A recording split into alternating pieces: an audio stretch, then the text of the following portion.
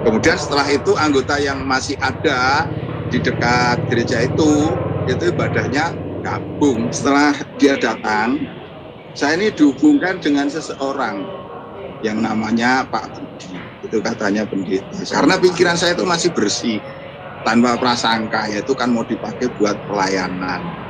Orangnya yang mau beli juga sesama saudara seiman, KTP-nya jelas. Saya bahkan pernah sampai bertanya, inilah besok gereja yang mau beli itu gerejanya apa? Dia sebutkan nama Gereja Kabar Baik. Saya komentarnya begini, oh berarti besok gereja itu singkatannya tidak akan berubah. Semula Gereja Kerasulan Baru menjadi Gereja Kabar Baik, sama-sama GKB.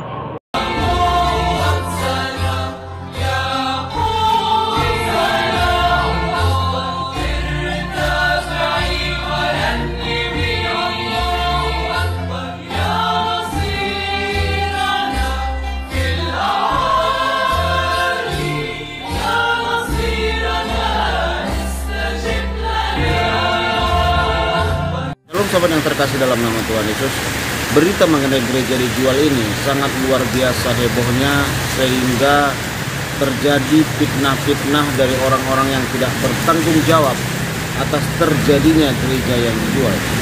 Berita ini sampai ke media-media sosial, bahkan sampai ke grup WA kompleks saya yang berkata, Masya Allah, gereja dijual, seluruh orangnya sudah masuk Islam. Lalu mereka jawablah dengan basmalah, takbir, Allahu Akbar, kata mereka.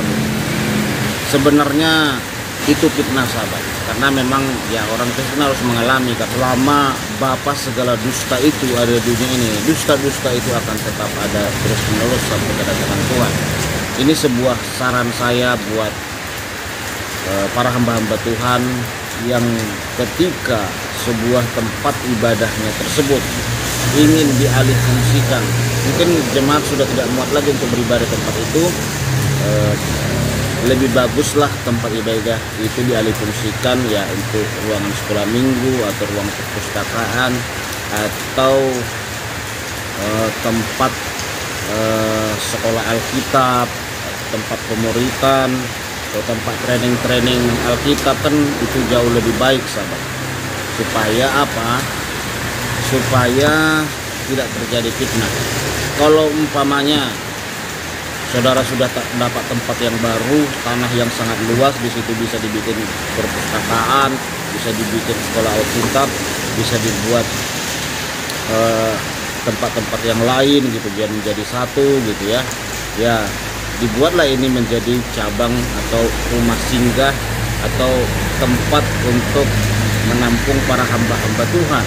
Tapi mungkin saudara kekurangan dana atau apapun, alangkah baiknya tempat ibadah itu yang akan dialihfungsikan atau ingin dijual gedungnya, dikembalikanlah ke gedung semula.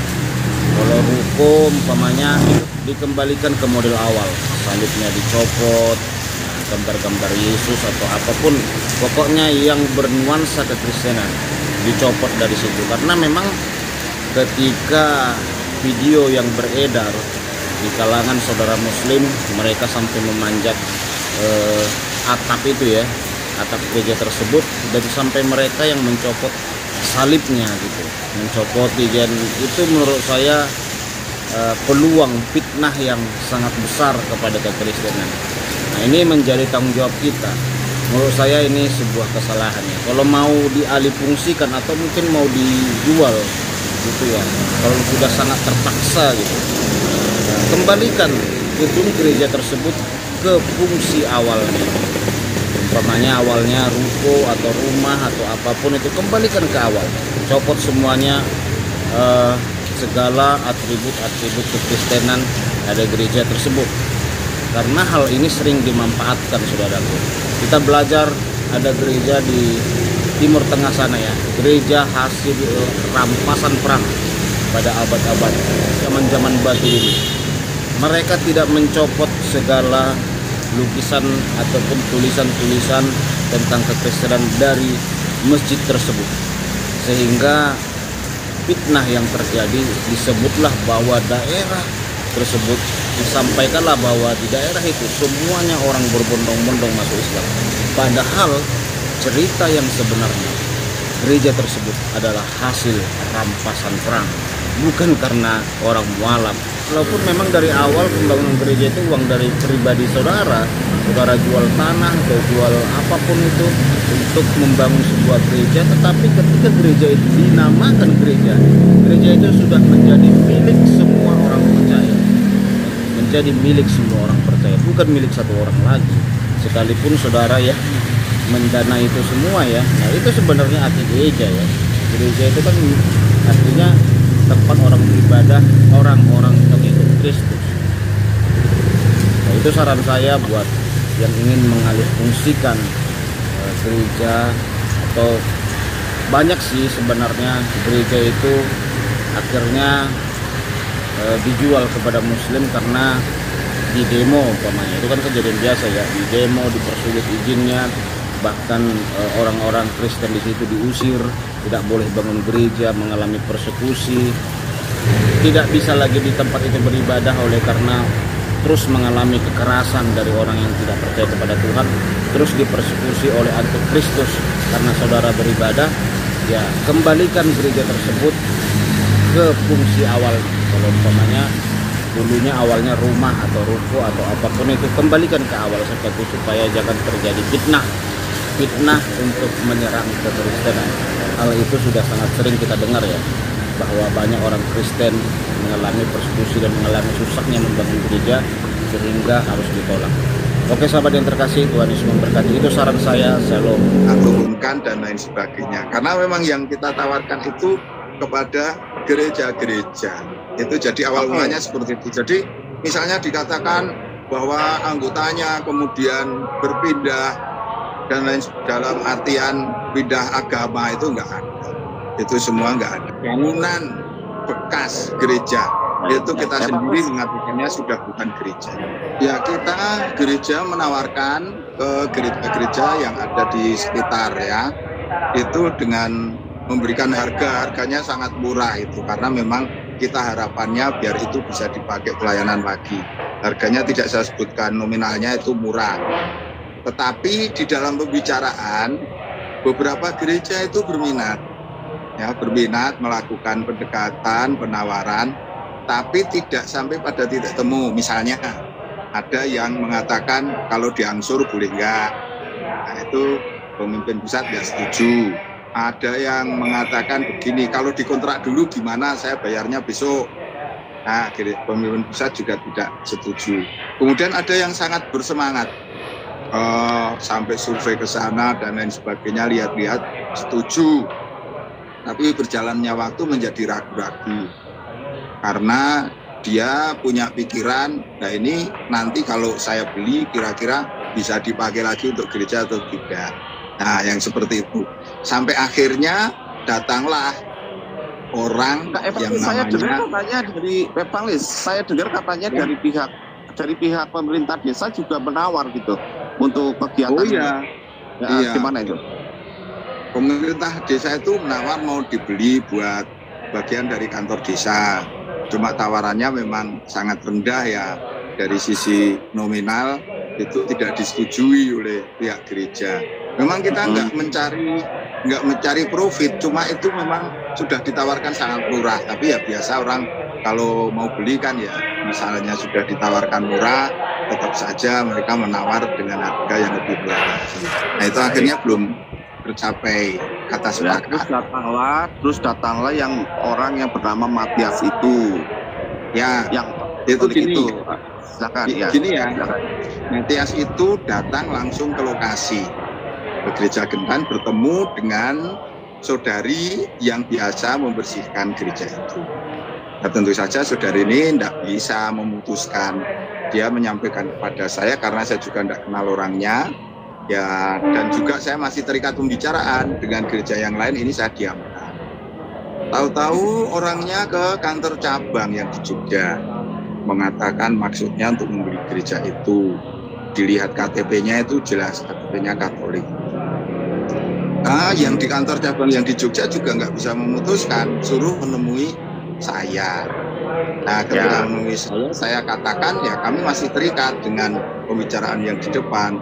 Nah, karena pembicaraan yang di depan itu menjadi ragu-ragu, akhirnya kami membuka penawaran. Nah, dia yang langsung nyaplok itu, langsung menghubungi saya, datang ke rumah, rumah saya. Nah, kronologinya Pak, dari pertama kronologinya di pertama itu orang datang sampai dia bayar gitu. Silakan Pak Evangelis. Ya, setelah dia datang, saya ini dihubungkan dengan seseorang yang namanya Pak Budi. Itu katanya pendeta, saya nggak tahu. Ya, pembicaraan akhirnya sampai kepada... Namanya siapa Evangelis? Namanya siapa Evangelis? Budi. Budi. Budi. Pak Matias itu mengatakan itu Budi, tapi saya nggak tahu siapa. Pembicaraan saya tentang deal harga dengan dia. Nah, intinya meskipun pihak Pak Matias itu pernah menawar lebih tinggi dari yang pernah yang ditawarkan ke gereja-gereja lain, kami menawarkan apa adanya, tidak mencari harga yang lebih tinggi. Karena pikiran saya itu masih bersih, tanpa prasangka, yaitu kan mau dipakai buat pelayanan. Orangnya yang mau beli juga sesama saudara seiman, KTP-nya jelas.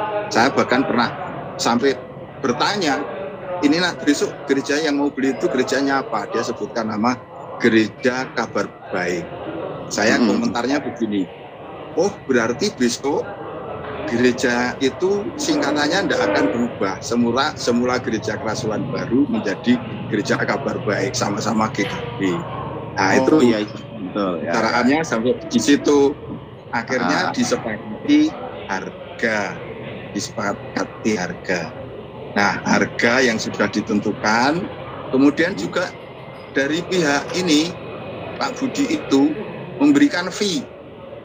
Ada fee sejumlah uang yang 10 juta, yang 5 juta untuk Pak Matias, yang 5 juta mau diberikan kepada saya. Saya tolak, di tempat kami tidak ada sistem seperti itu Pak. Kalau memang Bapak mau ngasih fee ke saya tetap laporkan ke gereja. Biarlah nanti penyikapannya langsung dari pihak gereja. Setelah saya sampaikan udah pengurus gereja memerintahkan agar fee dimasukkan sekalian. Jadi harganya itu sudah termasuk fee itu. Akhirnya jadilah itu deal ya.